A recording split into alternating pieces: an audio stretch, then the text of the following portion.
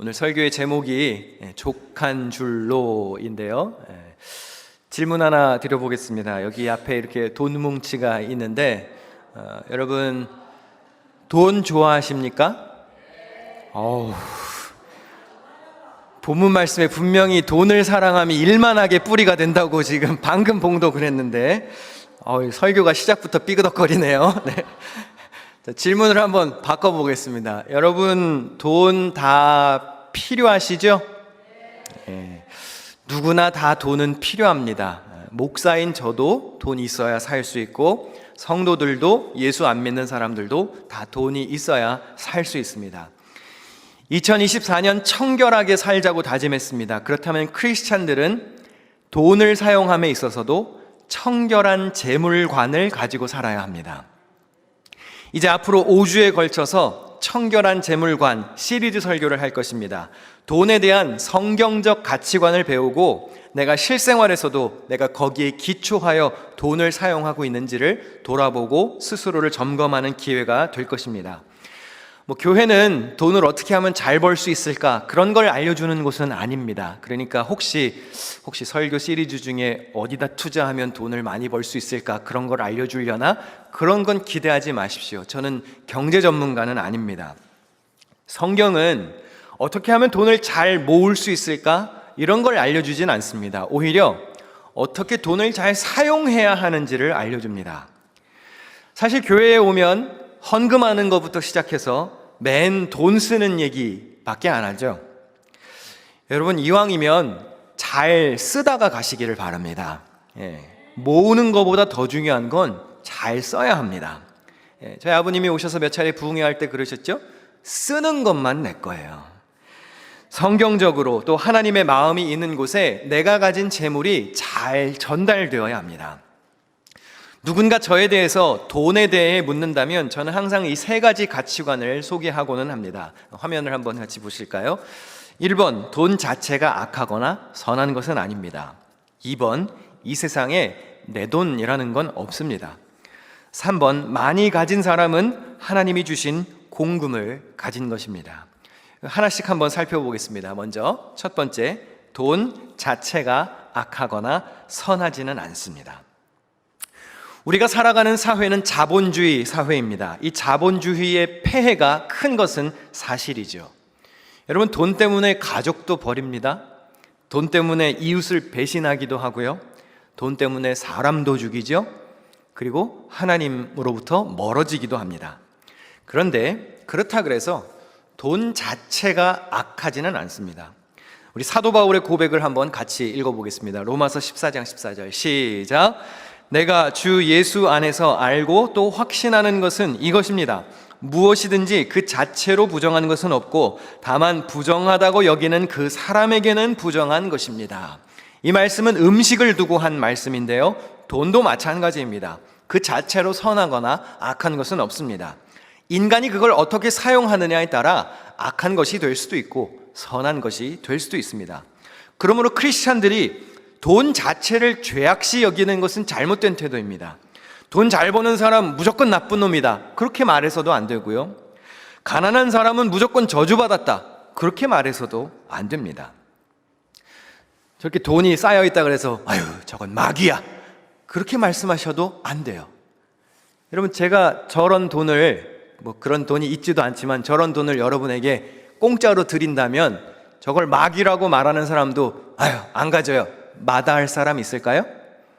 제가 저거 주면 싫다고 하실 분, 다 기쁨으로 받으실 거죠, 그렇죠? 그리고 저를 위해서 맛있는 것도 사주시고 그럴 거잖아요. 이 세상을 살아가는 데 있어서 돈은 다 필요합니다. 우리는 그저 우리 손에 쥐어진 재물을 어떻게 하면 하나님 마음에 들게, 선하게, 아름답게 사용할 수 있을까? 그걸 고민하면서 사는 것입니다. 두 번째, 이 세상에 내 돈이라는 것은 없습니다. 무슨 말이에요, 목사님? 제가 어제 페이첵을 받았는데요. 자, 우리 전도서 5장 15절 말씀 다 같이 읽어보실까요? 시작. 어머니 태에서 맨몸으로 나와서 돌아갈 때에도 맨몸으로 간다. 수고해서 얻은 것은 하나도 가져가지 못한다. 우린 빈손으로 왔다 빈손으로 갑니다. 천국 갈 때 들고 갈 수 있는 것은 없습니다. 잠깐 있는 거, 그걸 내 거라고 할 수는 없습니다. 사실 모든 것은 다 하나님의 것이죠. 시편 24편 1절에 땅과 거기 충만한 것과 세계와 그 가운데 사는 자들은 다 누구의 것이래요? 여호와의 것입니다. 모든 건 다 하나님의 것입니다. 자기가 열심히 일해서 돈 벌어놓고 이걸 내가 어떻게 해서 모은 돈인데, 그런 분들이 계시죠. 그런데 여러분이 아무리 열심히 일해서 번 돈이라고 해도 그거 여러분 거 아닙니다. 신명기 8장 18절을 늘 기억하며 살아야 합니다. 내 하나님 여호와를 기억하라. 그가 내게 재물 얻을 능력을 주셨습니다. 여러분, 밖에 나가서 열심히 일해서 돈 버셨습니까? 그럼 그렇게 열심히 일할 수 있는 힘은 어디서부터 왔습니까? 하나님이 능력 주셨으니까 지금 돈을 벌 수 있는 것이죠. 똑똑해서 좋은 직장에 취직하셨습니까? 여러분에게 지혜를 주신 분은 누구이십니까? 여호와를 경외하는 것이 지혜의 근원이라고 그랬습니다. 모든 것은 다 하나님으로부터 말미암는 것입니다. 결국 우리 손 안에 있는 모든 것은 다 하나님의 은혜로 잠깐 우리에게 쥐어주신 거예요. 너희 애따 사는데 이거는 필요하겠지. 그리고 잠시 하나님이 우리 손에 맡겨주신 것입니다. 우리 게 아닙니다. 여러분, 크리스찬들이 여기서부터 출발하지 않으면 이제 모든 스텝이 다 꼬이기 시작합니다. 헌금하는 거, 11조 하는 거, 왜 아깝다는 생각이 들까요? 그게 내 돈이니까 아깝죠, 당연히. 내 것에서 10%씩이나 떼니까 세상적인 기준으로는 이게 말이 안 되는 것입니다. 그런데 여러분, 원래 이 세상에 내 것은 없다라는 생각에서 출발해야 옳습니다. 원래 100%가 다 하나님의 것입니다. 그러면 이렇게 고백하는 사람들은 내가 11조를 드리고 90%씩이나 손에 쥐고 사는 게 그저 감사한 거예요. 그냥 은혜인 겁니다. 이 시리즈 설교가 진행되는 동안 11조와 헌금에 대한 말씀도 전하게 될 겁니다. 돈에 대한 설교, 헌금에 대한 설교, 성도들이 듣기 부담스러워하죠. 그러나 우리는 믿음을 가진 성도로서 목사는 성경에 합당한 물질적 가치관을 가르쳐야 할 책임이 있고, 성도는 그러한 물질적 가치관을 배워야 할 의무가 있습니다.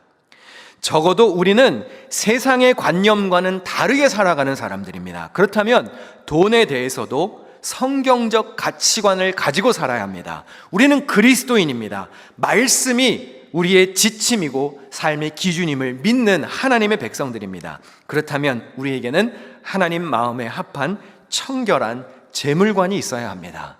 그래야 우리가 쓰는 돈을 통해서도 하나님이 영광을 받으시고 사람들은 유익을 얻을 수 있습니다.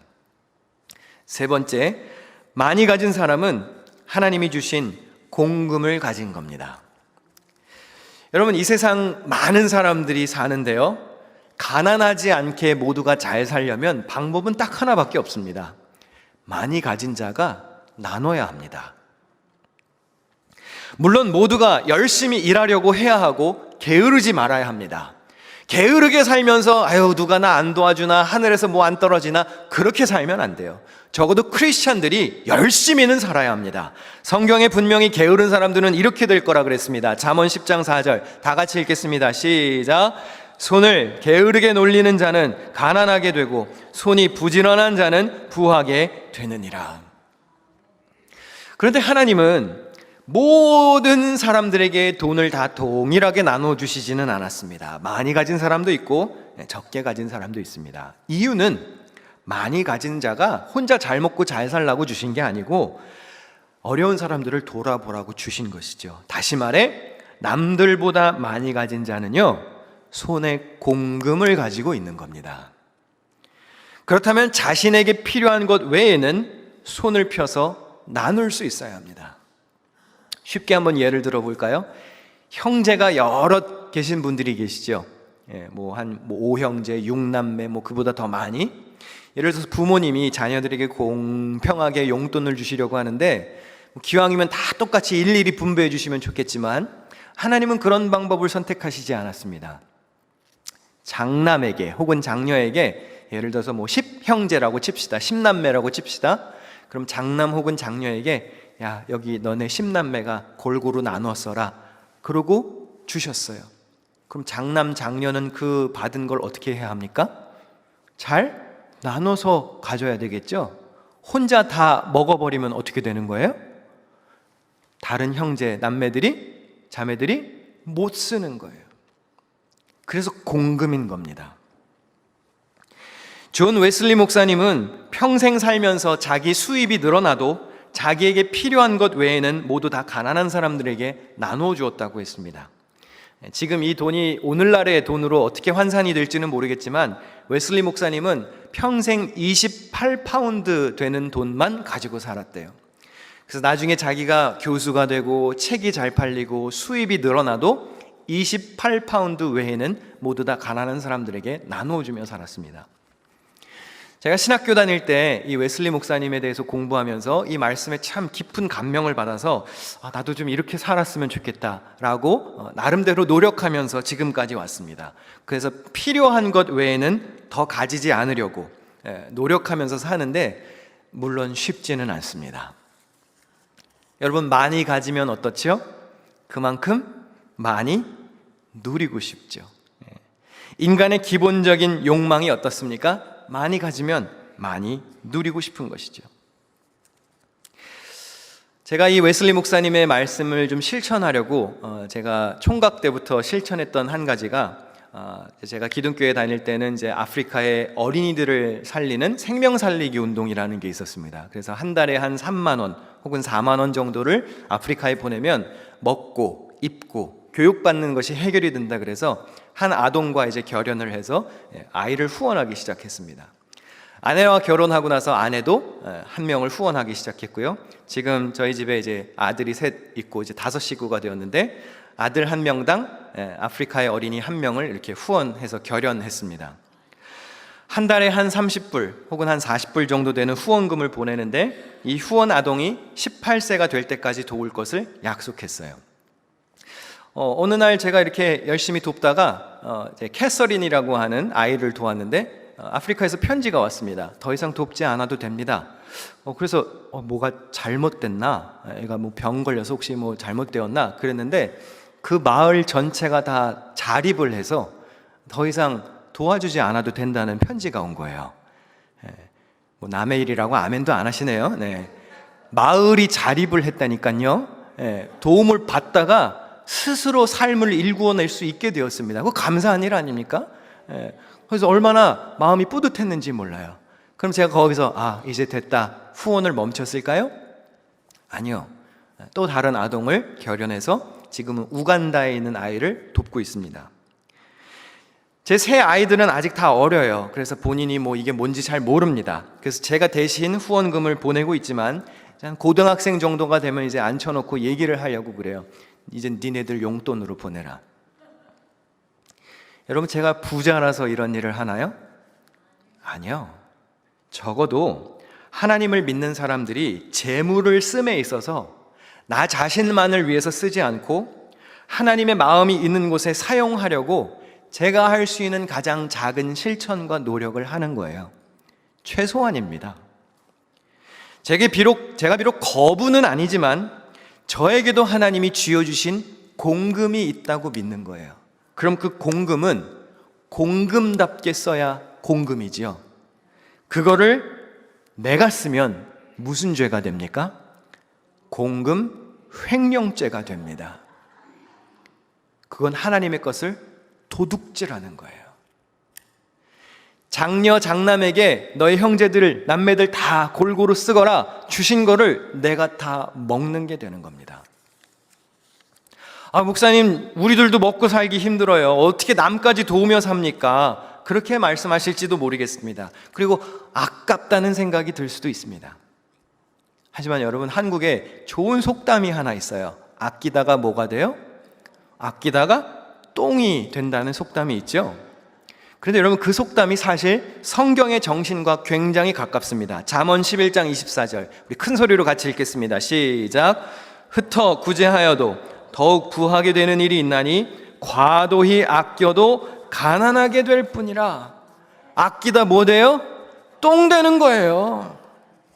너무 아껴도 사람이 가난해집니다.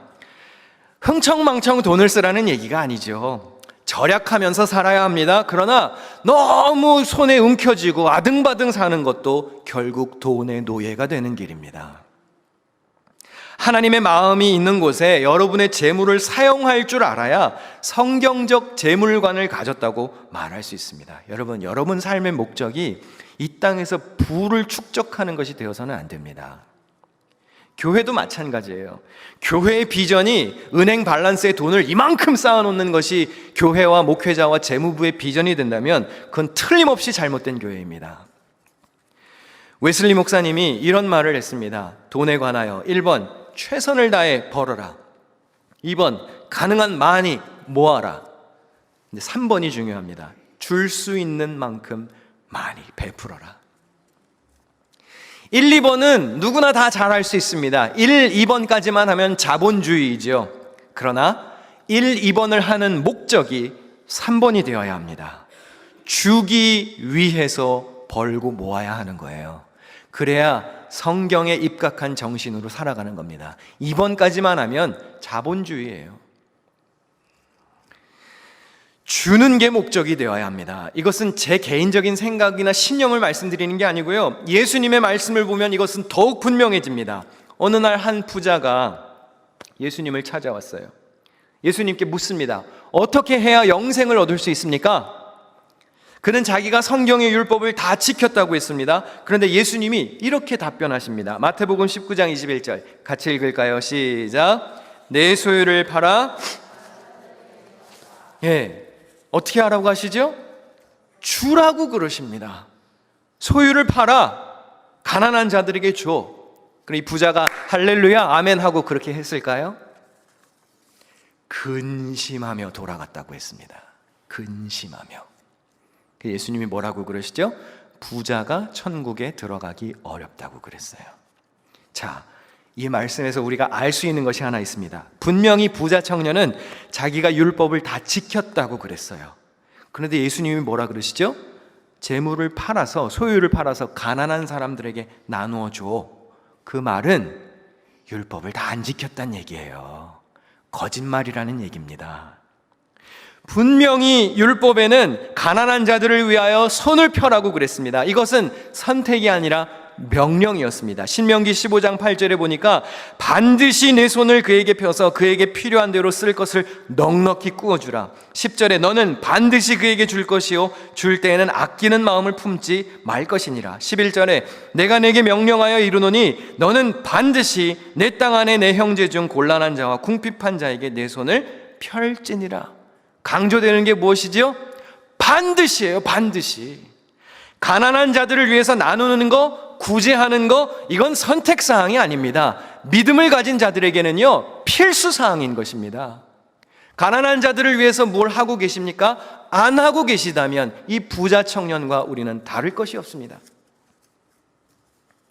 하루 종일 논쟁만 할 수도 있습니다. 왜 도와야 합니까? 누굴 도와야 합니까? 얼마를 도와줘야 됩니까? 왜 쟤는 돕고 쟤는 안 도와주나요? 형평성에 어긋납니다. 왜 헌금을 그런 식으로 쓰나요? 실컷 따지고 앉아있다가 아무것도 안 하는 교회, 아무것도 안 하는 성도 많습니다.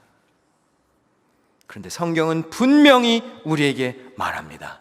주라고, 반드시 주라고 말합니다. 가난한 이웃들을 돌보라고 말합니다. 중요한 것은 여러분들이 하고 있느냐, 하고 있지 않느냐예요. 논쟁하고 따지다가 아무것도 안 하면 하나님이 위에서 보시고 아이고 그래 건강한 토론을 하고 있구나 좋아하실까요?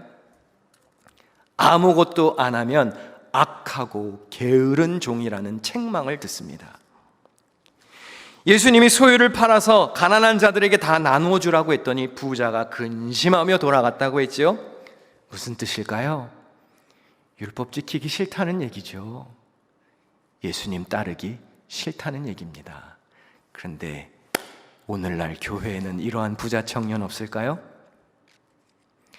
영생을 위하여서 교회에 옵니다. 하나님, 하나님의 나라를 내가 가고 싶습니다. 하나님, 부활의 소망으로 내가 살아갑니다. 교회 와서 설교도 듣고 신앙생활도 하고 봉사도 합니다. 그런데 주님이 말씀하시는 거예요. 너의 손에 있는 중 공금은 가난한 자들에게 나눠줘. 그럼 여러분 아멘 할렐루야 하고 당장 내 소유를 팔아서 그렇게 할 수 있나요? 아니면 여러분도 부자 청년처럼 다시 생각해 볼게요, 주님, 근심하며 돌아가시겠습니까? 우리가 이런 말씀을 들을 때 저지르는 큰 실수 하나가 있습니다. 나는 부자가 아니라고 생각해요. 자, 한번 질문해 보겠습니다. 목사님, 나는 돈이 많아요. 나는 부자입니다. 그런 분 손 들어보세요.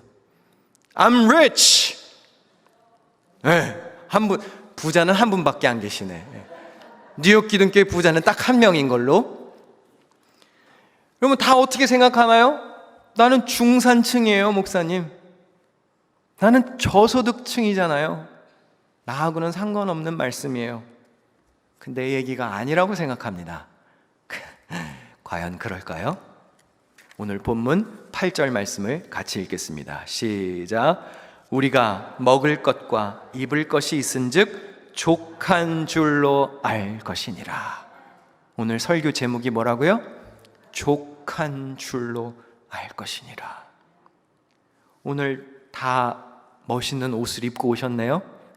일단 입을 건 있으시네요. 예배 마치면 우리 밥도 같이 먹을 건데 먹을 것도 있네요. 그럼 우리는 족한 줄 알고 살아야 합니다. 그게 크리스찬의 소유의 적정선이에요. 먹을 것과 입을 것이 있으면 만족하고 나는 부자와 같은 사람이로다 고백하면서 살아야 합니다. 근데 우리가 얼마나 많은 욕심에 사로잡혀서 사는지 좀 돌아보아야 되겠죠?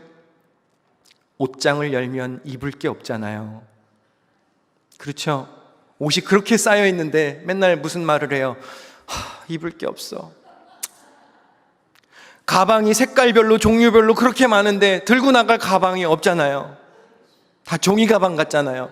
쇼핑백도 못한 것 같으니라고. 신발은 또 얼마나 많습니까? 굽이 센치별로 다 있어야 되잖아요.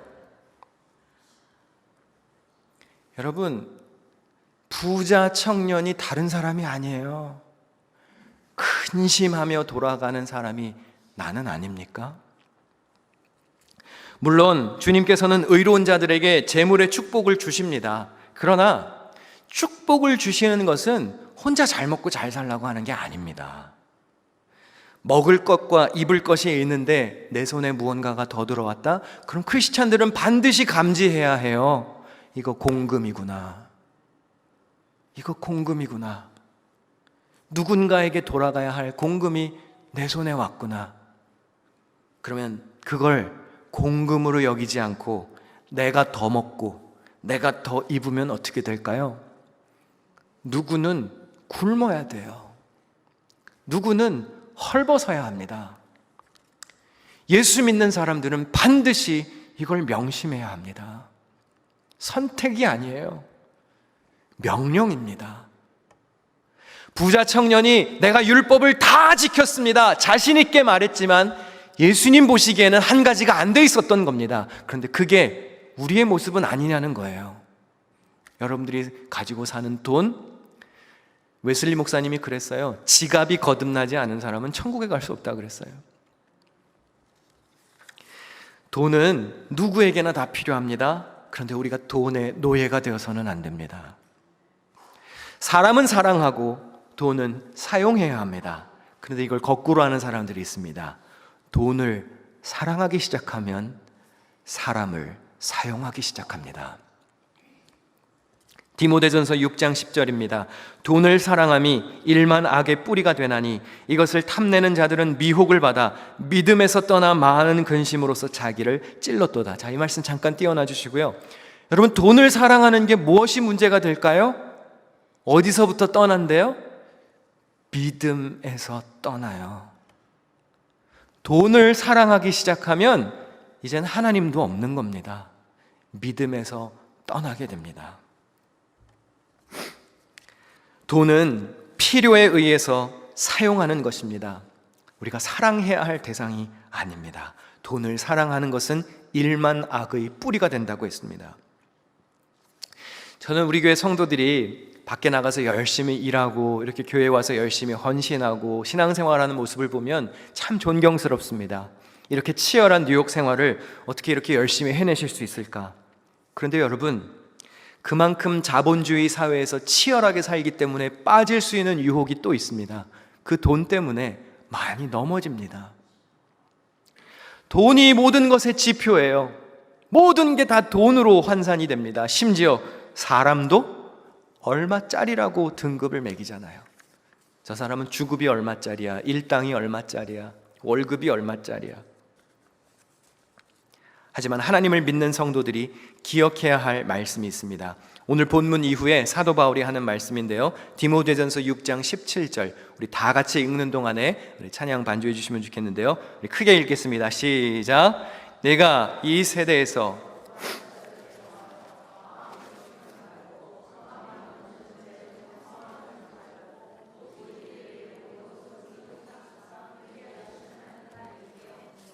이 말씀도 잠깐 띄워놔 주시고요. 바울은 디모데에게 재물의 소망에 둘지 말라고 합니다. 이유가 무엇이죠? 불확실하기 때문에 그렇습니다. 그리고 모든 것을 후히 주시고 누리게 하시는 하나님께 여러분의 소망을 두라고 권면합니다. 여러분, 크리스찬들이 두 가지 삶을 살아갑니다. 하늘나라의 삶도 살아가지만 여전히 여러분들에게 호흡이 붙어 있는 한 이 땅에 발을 딛고 세상의 자본주의 사회에서 이 땅의 법칙을 따라서도 살아야 합니다. 그런데 문제는 이게 자꾸 충돌이 되는 거죠. 세상에서 치열하게 살다 보니까 정작 우리가 살아가야 할 삶의 목적이 보이질 않는 거예요. 이 돈 없으면 죽을 것 같은 거죠. 그래서 돈의 노예로 살아갑니다. 그런데 여러분, 성경 말씀은 분명히 말합니다. 여러분, 이것을 믿음으로 받아들이실 수 있겠습니까? 누리게 하시고 후히 주시는 분은 돈님이 아니에요. 하나님이십니다. 여러분, 이 사실을 믿으실 수 있겠습니까? 이걸 가지고 세상에 나가서 현실의 문제 앞에서 나를 살게 하시는 분은 하나님이야. 그러므로 여러분들의 소망을 하나님께 두고 내 손에 들어온 돈은 과감하게 손을 펴실 수 있겠냐는 거예요. 이게 안 되니까 넘어지는 겁니다. 여러분, 우리는 물질로만 사는 사람들이 절대로 아닙니다. 신명기 8장 3절 말씀을 기억하십시오. 사람이 떡으로만 사는 것이 아니라고 했습니다. 여호와의 입에서 나오는 모든 말씀으로 사는 줄을 내가 알게 하려 하심이니라. 우린 돈만 가지고 사는 사람들이 아니잖아요. 하나님을 믿고 하나님을 따르는, 우리의 영을 살게 하는 하나님의 말씀으로 살아가는 천국 백성입니다. 사랑하는 성도 여러분, 돈은 있다가도 없어지는 겁니다. Money comes and goes. 여러분, 은행 계좌에 돈이 많으신가요? 그 언제까지 그렇게 넉넉하게 있을까요? 천국 갈 때 그거 가지고 갈 수 있을까요? 세이빙스 어카운트에 있는 거 보고 열심히 살았어, 이제 여생은 좀 행복하게 살겠네, 그렇게 안심하고 계십니까? 욥기 1장 21절에 모태에서 빈손으로 태어났으니 죽을 때에도 빈손으로 갑니다. 여러분 어카운트에 있는 그 돈, 여러분이 살아생전에 하나님의 마음에 합하게 귀히 쓰지 않으면 나라에서 가져가고, 자식들이 가져가고, 여기저기 병원비 나가고, 보험료 나가고, 몸 망가져서 고치고, 결국에는 사라집니다. 있을 때 유익하게 쓰십시오.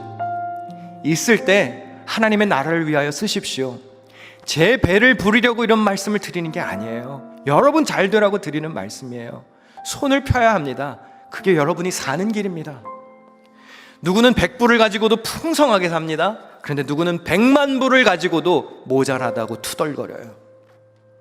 돈은 우리에게 절대적인 만족을 주지 못합니다. 결국 우리는 죽어서 빈손으로 하나님 앞에 갈 거예요. 그럼 하나님이 너 어떻게 살다가 왔니? 저 이만큼 돈 모아놨는데요? 그래서 어디에 썼니? 근심하며 돌아갔던 부자처럼 답변하시겠습니까? 아니면 삭개오처럼 내가 나의 잘못을 뉘우치고 나의 모든 소유를 팔아 가난한 자들에게 나눠주고 내가 잘못한 이들에게 다시 돌려주겠습니다. 필요하다면 더 주겠습니다. 그랬을 때에, 삭개오의 지갑이 거듭났을 때에 예수님이 구원을 약속해 주셨어요.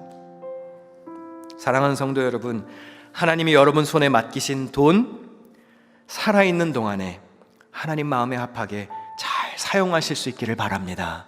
주의 영광을 위하여 생명을 살리는 일에, 여러분 자신을 행복하게 만드는 일에 지혜롭게 잘 사용하다가 훗날 하나님의 품에 가서 너 참 잘하였다, 잘하였도다 착하고 충성된 종아, 칭찬 듣는 자리에 서시기를 축원합니다.